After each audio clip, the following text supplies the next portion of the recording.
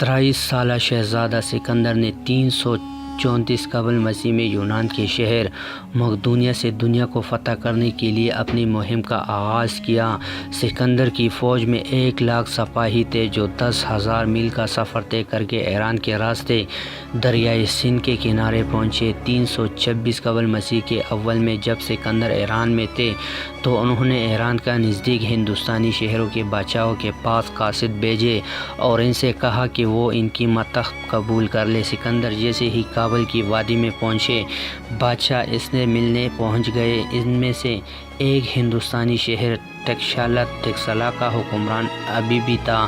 سکندر کے ساتھ اپنی وفاداری ظاہر کرنے کے لیے انہوں نے سکندر کو 65 ہاتھی کا نذرانہ پیش کیا تاکہ وہ انہیں اپنی آنے والی مہم میں استعمال کر سکے۔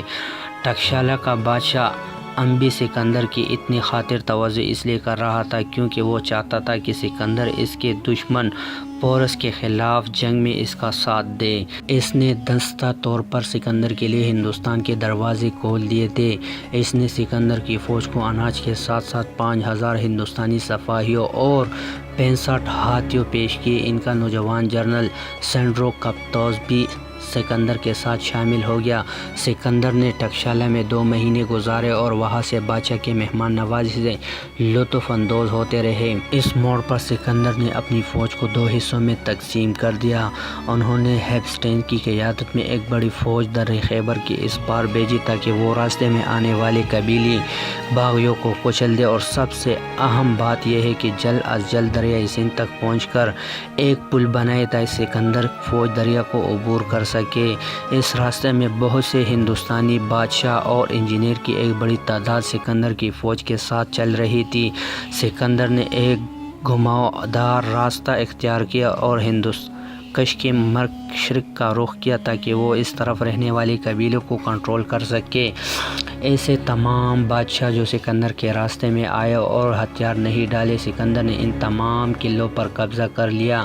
ایک جگہ قبائلی باغیوں نے سکندر کی فوج پر گھاٹ لگا کر حملہ کیا اور اس مہم کے دوران ایک تیر سکندر کے بازو پر لگا۔ اس وقت وہ شام کو آرام کرنے کے لیے کیمپ لگا رہے تھے۔ سکندر کی سپاہیوں نے اپنی قریبی پہاڑ پر چڑھ کر اپنی جان بچائی۔ حملہ آوروں کا خیال تھا کہ سکندر فرار ہو گیا، لیکن سپاہی پہاڑی سے نیچے اترے اور اچانک ان پر جوابی حملہ کر دیا۔ باغیوں نے ہتھیار ڈال دیے۔ سکندر نے اس شرط پر ان کی جان بخشی کہ وہ ان کی فوج میں شامل ہو جائے۔ پہلے تو وہ راضی ہو گئے، لیکن جب کچھ سپاہیوں نے وہاں سے بھاگنے کی کوشش کی تو سکندر نے ان کے قتل کا حکم دے دیا۔ سکندر جب بزیدہ شہر پہنچے تو انہوں نے پایا کہ وہاں کے تمام سپاہی اور شہری شہر چھوڑ کر اونوس نامی پہاڑ پر چل گئے ہیں۔ اس پہاڑی کے چاروں طرف گہری کھائی تھی اور اوپر پہنچنے کا ایک ہی راستہ تھا۔ اوپر ایک ہموار میدان تھا جہاں اناج زیادہ مقدار میں اگایا جا سکتا تھا۔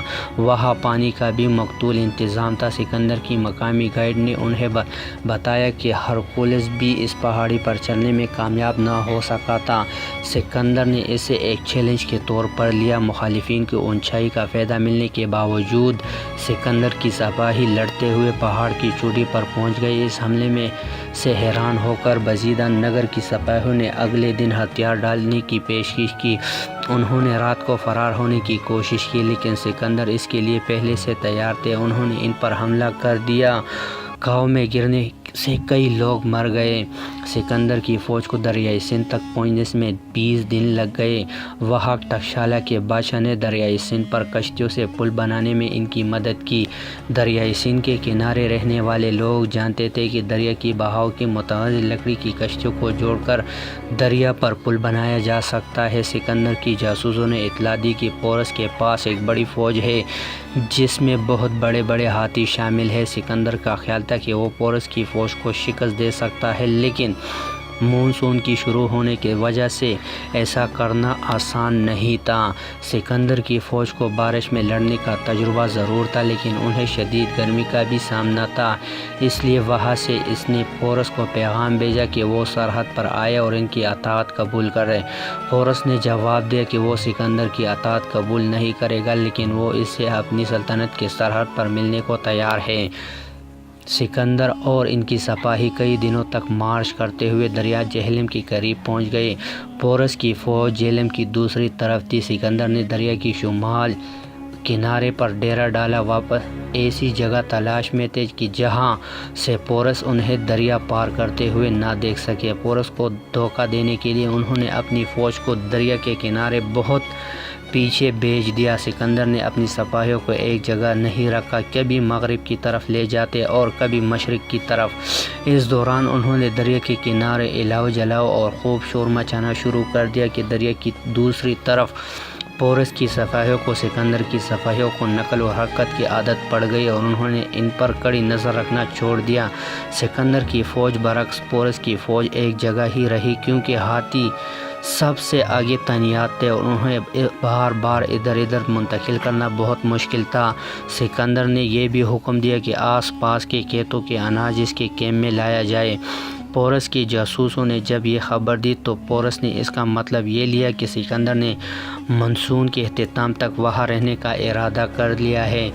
اس دوران وہاں زوردار آندھی اور طوفان آیا۔ اس کا فائدہ اٹھاتے ہوئے سکندر نے اپنی سپاہیوں کو دریا پار کروا دیا، تاہم اس کوشش میں آسمانی بجلی گرنے سے سکندر کی کئی سپاہی ہلاک ہو گئے۔ پورس کو جب اس بات کا علم ہوا تو انہوں نے سکندر کی فوجوں کو دریا پار کرنے روکنے کی کوشش کی۔ اگرچہ پورس ایک بہادر اور قابل جنرل تھا، لیکن اس کے سامنے مسئلہ یہ تھا کہ سکندر کی تربیت یافتہ سپاہیوں کا سامنا کیسے کیا جائے۔ پورس کے حق میں ایک ہی بات تھی کہ اس فوج میں ہاتھی بہت تھے، لیکن اس وقت تک سکندر کی سپاہیوں کو معلوم ہو چکا تھا کہ ہاتھیوں سے کیسے لڑنا ہے۔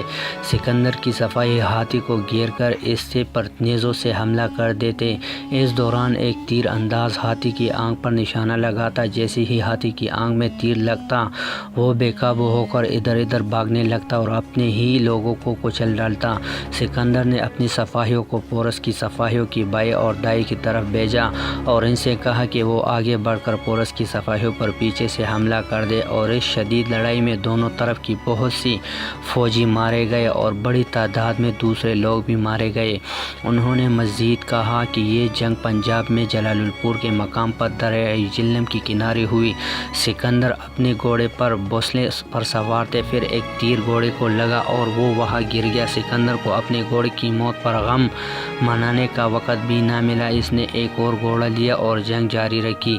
جیسے ہی پورس کی سپاہی دباؤ میں آئے، سکندر کی سپاہیوں نے پیچھے سے آ کر ان پر حملہ کر دیا اور ان کی فرار کا راستہ بند کر دیا، لیکن پورس ایک بہت بڑی ہاتھی پر سوار ہو کر لڑتا رہا۔ اس کی ہمت کو سراہتے ہوئے سکندر نے اسے پیغام بھیجا کہ اگر وہ ہتھیار ڈال دے تو اس کی جان بچ جائے گی۔ اس مقصد کا نام محفوظ تھا۔ پورس نے اپنی نیزے سے قاصد کو مارنے کی کوشش کی، پر سکندر نے پورس کے پاس ایک اور قاصد بھیجا۔ اس نے پورس کو ہتھیار ڈالنے پر آمادہ کیا۔ فلیفری میں لکھتے ہیں، جب دونوں بادشاہوں کی ملاقات ہوئی تو پورس کے ہاتھی نے زخمی ہونے کے باوجود اسے گھٹنوں کے بل نیچے اتارنے میں مدد کی۔ سکندر پورس کی 6 فٹ لمبی شخصیت سے بہت متاثر ہوا۔ پکڑ جانے کے بعد بھی سکندر نے پورس سے پوچھا کہ ان کے ساتھ کیا سلوک کیا جائے۔ پورس نے فوراً جواب دیا کہ جو ایک بادشاہ دوسرے بادشاہ کے ساتھ کیا کرتے ہیں۔ سکندر نے پورس کو مرہم پٹی کے لیے میدان جنگ سے جانے کی اجازت دے دی۔ کچھ دنوں بعد انہوں نے نہ صرف پورس سے جیتی ہوئی سرزمین انہیں لوٹا دی، بلکہ آس پاس کے کچھ اضافی زمین بھی انہیں عطا کر دی۔ سکندر کے معاون نے اسے پسند نہیں آیا۔ اس دوران سکندر کی فوج نے اپنے مقتول سپاہیوں کے آخری رسومات ادا کیے۔ اپنے مقتول گھوڑے کی یاد میں سکندر نے میدان جنگ کے قریب ایک نئے شہر کی بنیاد رکھی اور اس کا نام اپنے گھوڑے کے نام پر بوس فیلپس رکھا۔ سکندر کے سرخ نگار پلوٹو لکھتے ہیں کہ جب پورس نے لڑنے کی پوزیشن میں تھا تو اس سے سکندر زبردست مقابلہ کیا۔ سکندر نے اس سے آگے گنگا کے ساحل تک جانے چاہتے تھے، لیکن کی سپاہی پس وہ پیش کا شکار تھے۔ ایک بڑی سپاہی نے پوری فوج کی طرف سے بات کرتے ہوئے کہا کہ یہ ہمارے لیے اعزاز کی بات ہے کہ ہم ہر قسم کے خطرات کا سامنا کرتے ہوئے آپ کے ساتھ یہاں تک پہنچے، لیکن اب ہم تک چکے ہیں اور ہماری ہمت جواب دے چکی ہے۔ ہماری بہت سے ساتھی اس دوران میدان جنگ میں ختم ہو گئے، اور جو ابھی تک زندہ ہے اس کے جسموں پر اس مہم کی نشانات ہیں۔ ان کے کپڑے بھی کب کے تار تار ہو گئے ہیں۔ انہیں اب اپنے ارم کے نیچے ایرانی اور ہندوستانی کپڑے پہننے پر پڑ رہے ہیں۔ ہم اپنے والدین کو دیکھنا چاہتے ہیں اور اپنے بچوں کو دوبارہ گلے لگانا چاہتے ہیں۔ ہم چاہتے ہیں کہ ہم سب واپس مس مونڈیا جائیں۔ اس کے بعد آپ ایک بار پھر نئی نسل کے ساتھ ایک اور مہم پر نکل جائیں۔ جہاں تک ہمارا تعلق ہے تو ہم اب اس سے آگے نہیں جا سکتے۔ جیسے ہی بوڑھی سپاہی نے بات ختم کی، تمام سپاہیوں نے تالیاں بجا کر اس کی بات کی تائید کی، لیکن سکندر کو اس بات کو پسند نہیں آئی۔ سکندر غصے سے اٹھا اور اپنے خیمے کی طرف چلا گیا۔ انہوں نے 3 دن تک اپنے کسی قریبی ساتھی سے بات نہیں کی۔ وہ انتظار کرتے رہے کہ ان کی سپاہی ان کے آس پاس آئے اور انہیں منائے اور معافی مانگے، لیکن اس بار کوئی ان کے پاس نہیں پہنچا۔ آخر کار سکندر کو یہ ماننا پڑا کہ ان کے دریائے گنگا تک پہنچنے کا خواب کبھی پورا نہیں ہوگا۔ پھر انہوں نے اپنے تمام سپاہیوں کو جمع کیا اور اعلان کیا کہ وہ اپنے گھر واپس جا رہے ہیں۔ اس نے مشرق کی جانب ایک اداس نظر ڈالی اور اپنی ملک مغدیہ کی طرف واپس چل پڑے۔